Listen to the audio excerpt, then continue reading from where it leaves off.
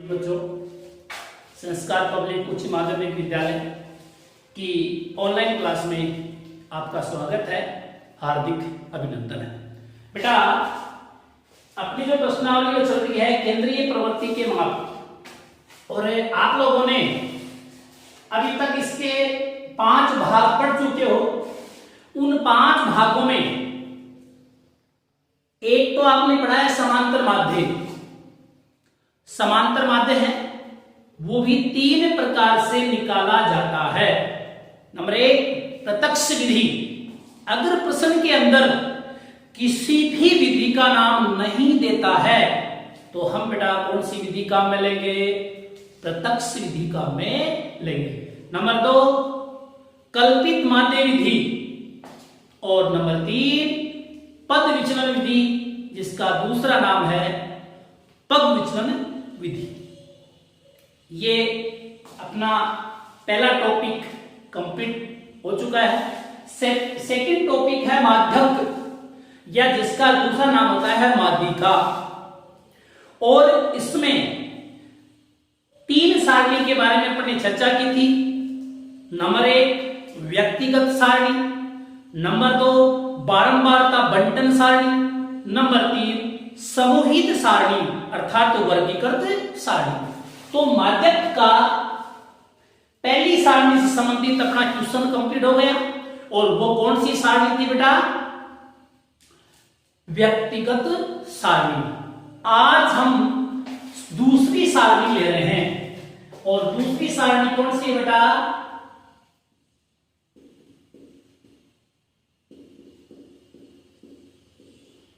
बारंबारता बंटन सारणी। बारंबारता बंटन सारणी अर्थात बारंबारता बंटन सारणी से बेटा हम क्या निकाल रहे हैं? माध्यक। ठीक है, अब देखो अपने एक एग्जाम्पल भी ले रहे हैं, और साथ साथ में आपको नियम भी लिखा रहा हूं। याद रखना, आपको नोटबुक और पेन अपने पास रखना है, जिससे जो भी फॉर्मूले, जो भी नियम आपको लिखाए जाते हो तो तुरंत उसमें नोट करते जाएं, जिससे अन्य एग्जाम्पल निकालने में आपको किसी प्रकार की कोई दिक्कत या परेशानी नहीं है। जैसे x और n, जिसमें 6, 7, 8, 9 और 10। ठीक है बेटा, और f है 10, 4, 9, 3 और 8। ये सारणी दे रखी है। सारणी को देखते ही आपके समझ में आ जाना चाहिए कि ये कौन सी सारणी है। तो इस सारणी का नाम बेटा क्या है? बारंबारता बंटन सारणी। ठीक है बेटा, ये क्लियर हो गया। अब बारंबारता बंटन सारणी से यदि हम माध्यक निकाल रहे हैं, क्या निकाल रहे हैं बेटा? माध्यक निकाल रहे हैं। ठीक है बेटा, तो माध्यक के लिए सबसे पहले बेटा आपको CF सारणी बनानी होगी। क्या निकालनी होगी? CF सारणी अर्थात संचयी बारंबारता बंटन सारणी। तो इसका पहला नियम क्या लेंगे?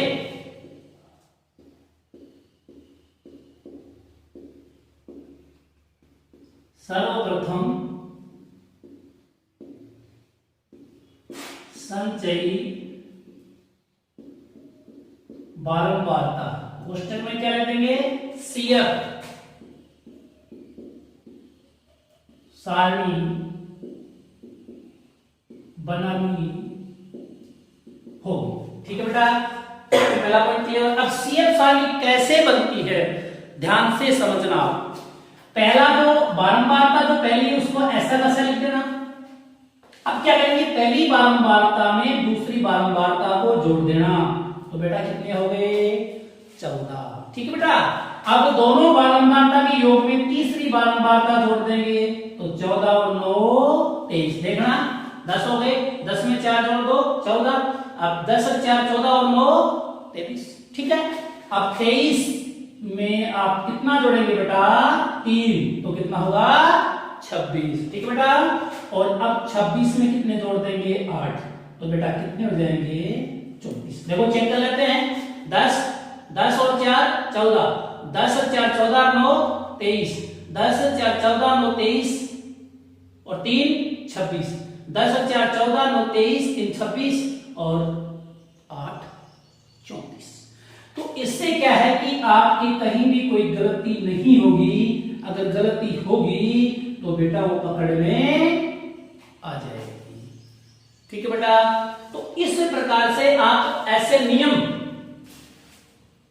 लिख लेंगे, उनको आप याद कर लेंगे, तो ऐसे प्रश्नों में आपको कोई भी समस्या नहीं आएगी। ठीक है बेटा, पहला नियम हो गया। नंबर 2, दूसरा नियम है सिग्मा एफ या एन का मान ज्ञात करना होगा। देखना बेटा दूसरा नियम सिग्मा एफ।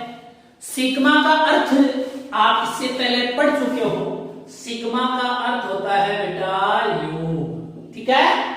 और एफ, जब सिग्मा के आगे एफ लगाते तो यहां इसका अर्थ हो गया बारंबारता का योग। सिग्मा का मतलब योग गया और एफ का मतलब आपको मालूम है फ्रीक्वेंसी यानी बारंबारता, तो यहां बारंबारता का योग करना है। इसके साथ एक और भी दे रखा आपको एन। ये एन, देखो एन के बारे में मैं पहले बता चुका हूं कि आपको इस प्रश्नावली में 2 प्रकार के एन को यूज में लेना होगा, प्रयोग में लेना होगा। एक एन ये होता है और एक एन ये होता है। ये बेटा पहली एबीसीडी का है और ये दूसरी एबीसीडी का है, ठीक है। इसको बड़ा एन बोलते हैं, इसको छोटा एन बोलते हैं, ठीक है। तो जब बारंबारताओं का योग हमें काम में लेना है तो आपको बड़ा एन काम में लेना है, ये बड़ा एन काम में लेना है। तो इस एन का अर्थ बेटा क्या होगा बारंबारताओं का योग, और इस एन का मतलब क्या होगा विचरों की संख्या। ठीक है बेटा, तो यहां अपन लिख देंगे सिग्मा एफ या एन भी लगा सकते हैं। और अब ये ध्यान रखना, इसको अलग से आपको कुछ नहीं करना है। जो योग आपके पास आ चुका है वही यहां लिखना है। जैसे आपने सीएफ में अंतिम में क्या आया 34, तो बेटा यहां क्या लिख देंगे हम 34। ठीक बेटा, आगे बात समझ में आपके। तो दूसरा नियम आ गया, ठीक है। नंबर 3, सिग्मा एफ बटे 2 या एन बटे 2 का मान ज्ञात करना होगा। देखो सिग्मा एफ बटे 2 या एन बटे 2 अर्थात बारंबारता के योग को आधा करना है हमको, ठीक है। तो कैसे लिखेंगे अपन सिग्मा एफ बटे 2 या एन बटे 2 अर्थात दोनों में से कोई भी ले सकते हैं। तो कितना आया बेटा 34 और 34 में 2 का भाग देंगे तो बेटा कितना आया 17। ठीक है, पहला नियम आपका ये हो गया, दूसरा नियम आपका ये हो गया और तीसरा नियम ये हो गया। नियम के अकॉर्डिंग हम चलेंगे। अब बेटा इसके बाद में नंबर 4, सिग्मा एफ बटे 2 या एन बटे 2 से ठीक बड़ी संचयी बारंबारता के सामने का विचर ही माध्यक कहलाता है। ठीक है बेटा, देखना क्या लिखा है मैंने, सिग्मा एफ बटे 2 या एन बटे 2 से ठीक बड़ी संचयी बारंबारता। देखो सिग्मा एफ बटे 2 एन बटे 2 का मान बेटा कितना आ गया आपके पास 17। अब हम संचयी बारंबारता सारणी में चलेंगे। तो ये संचयी बारंबारता सारणी है। इस सारणी के अंदर ये देखेंगे कि 17 से छोटी संख्या कौन सी है। 17 से छोटी ये क्या है 17 से बड़ी, ये क्या है 17 से बड़ी है, ये क्या है 17 से बड़ी है, ये क्या है 17 से छोटी है, तो यहां चलेंगे। लेकिन अब इसमें देखो क्या कहा है, बड़ी संख्या बारंबारता, तो इसका मतलब इधर से चलेंगे, हमें बड़ी लेनी है न कि छोटी, ठीक है। तो ये 17 से छोटी, ये 17 से छोटी, ये 17 से बड़ी है, तो यहां लिख देंगे 17 से ठीक बड़ी संचयी बारंबारता। तो 17 से ठीक बड़ी संचयी बारंबारता कितनी है बेटा 23। देखना आगे, ठीक बड़ी संचयी बारंबारता के सामने का विचर, अब 23 के सामने चलेंगे बेटा, और विचर को क्या बोलते हैं x। तो 23 के सामने का x का मान देखेंगे अपन, तो 23 के सामने का x का मान बेटा कितना है 8। तो लिख देंगे यहां 23 के सामने का विचर, तो 23 के सामने का विचर बेटा कितना है 8। तो लिख देंगे अतः माध्यक n बराबर 8। ये बेटा आपको क्या हो गया आंसर, ठीक है। तो देखना आपने ये चारों जो नियम है वो आपके याद हो जाने चाहिए, ये कार्य आपको करना होगा, और जब ये चारों नियम याद हो जाएंगे तो निश्चित रूप से 100% आप लोगों को ऐसे क्वेश्चन निकालने में कोई गलती नहीं होगी। 100% ये है, यानी पूर्ण विश्वास के साथ मैं कह रहा हूं कि आप आराम से इनको निकाल सकते हैं, ये चारों नियम आपके याद है। तो अगर इनमें से एक भी नियम भूल गए आप या उस नियम को उपयोग में नहीं ले रहे हो तो आपका आंसर सही नहीं आएगा। अपना एक एग्जांपल हो गया बेटा, आप एक एग्जांपल और देते हैं, ठीक है।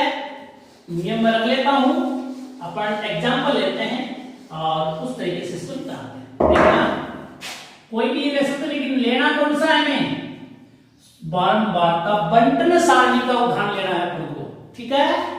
जैसे यहां लिख देंगे हम प्राप्तांक,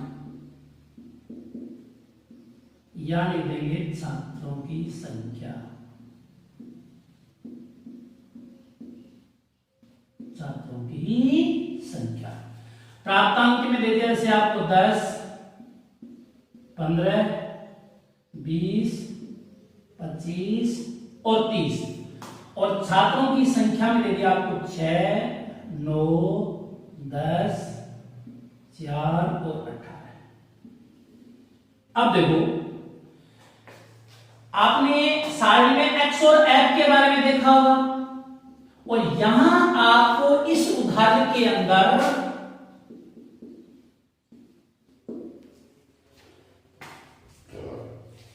क्या नहीं दे रखा है बेटा, इस उदाहरण के अंदर न तो x दे रखा है और न ही f दे रखा है, ठीक है।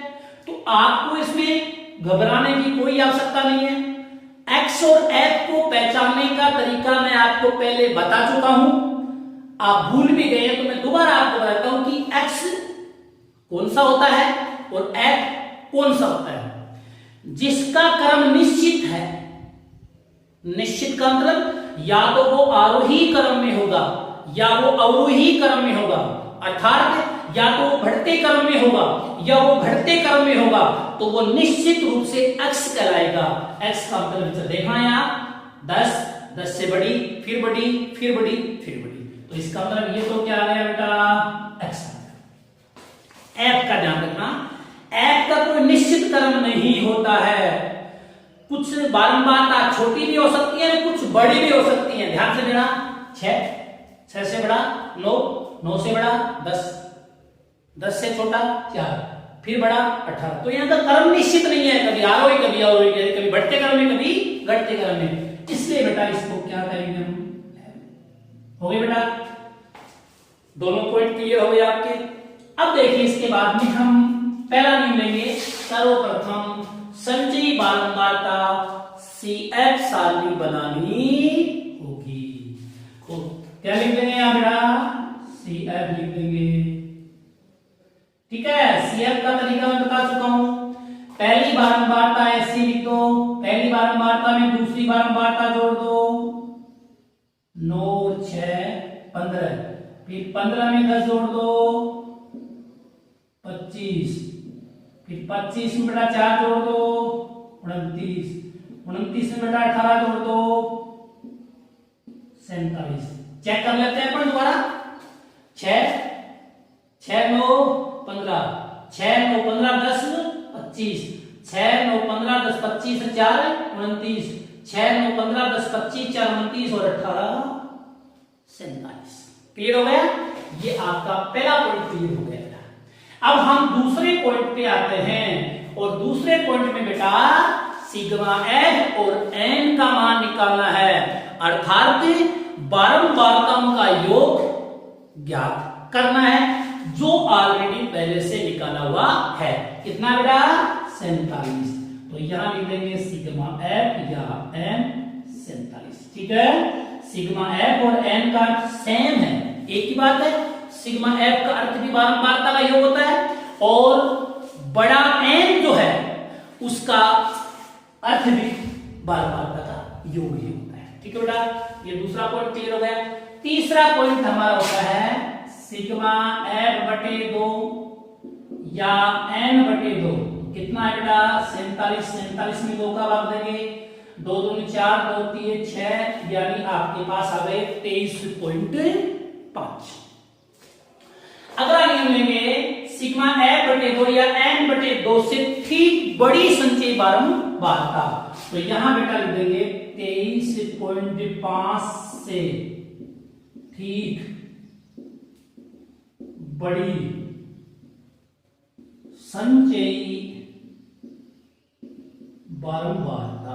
ठीक है बेटा, अब 23.5 से ठीक बड़ी लेनी है। ध्यान रखना, बड़ी क्यों मिलेगी, लेकिन 23.5 के ठीक बाद में कौन सी संख्या आती है, हमें वही संख्या लेनी है। जैसे 6 छोटी है, 15 छोटी है, 25 बड़ी है। तो यहां इसके नीचे अंडरलाइन इस प्रकार से लगा देंगे और यहां लिख देंगे कितना आया बेटा? 25। और अब लिख देंगे 25 के सामने का विचर। तो 25 के सामने का विचर बेटा कितना है? 20। और लिख देंगे अतः है माध्यक। कितना हो गया बेटा? 20। यह आपका आंसर हो गया। तो इस प्रकार से आप लोग बारंबारता बंटन सारणी अगर आपको दे रखी हो और उससे आपको क्या निकालना हो? माध्यक। और माध्यक का दूसरा नाम बेटा क्या नाम है? माध्यिका। कंफ्यूज मत हो जाना। कई बार क्या होता है बेटा, परीक्षा के अंदर प्रश्न में पूछ लेता है माध्य और बच्चे क्या निकाल लेते हैं? माध्यक। या कई बार प्रश्न में दिया होता है माध्यक और शुरू के अक्षर पढ़ के और हमारे दिमाग में यह रहता है कि माध्य निकालना है और अपना माध्य निकाल के आ जाते हैं। जब बाहर आके जब हम पेपर चेक करते हैं तो उसमें हमने गलत कर दिया, क्योंकि यहां स्टेप की तरफ हमने ध्यान नहीं दिया और इस वजह से क्या है, आपका क्वेश्चन गलत हो जाता है। तो इसलिए पेपर के अंदर प्रत्येक प्रश्न को बहुत ही सावधानी से हम पढ़ेंगे। अगर एक बार क्वेश्चन समझ में नहीं आता है बेटा तो हम उसको दोबारा पढ़ेंगे, जिससे वो प्रश्न हमें समझ में आ जाएगा और हम उसको कर लेंगे। तो आपका इस भाग 6 में अपन ने माध्यक पढ़ा है और माध्यक भी कौन सी सारणी से पढ़ा है? बारंबारता बंटन सारणी से। तो आप ऐसी इसकी जो प्रश्नावली है आप ऐसे आप अन्य एग्जाम्पल लीजिए और उनको आप इस नियम के अनुसार निकाल लीजिए। और अब हम नेक्स्ट वीडियो में अपन मिलेंगे जिसमें सभी सारणी से माध्यक ज्ञात करेंगे। तब तक के लिए धन्यवाद।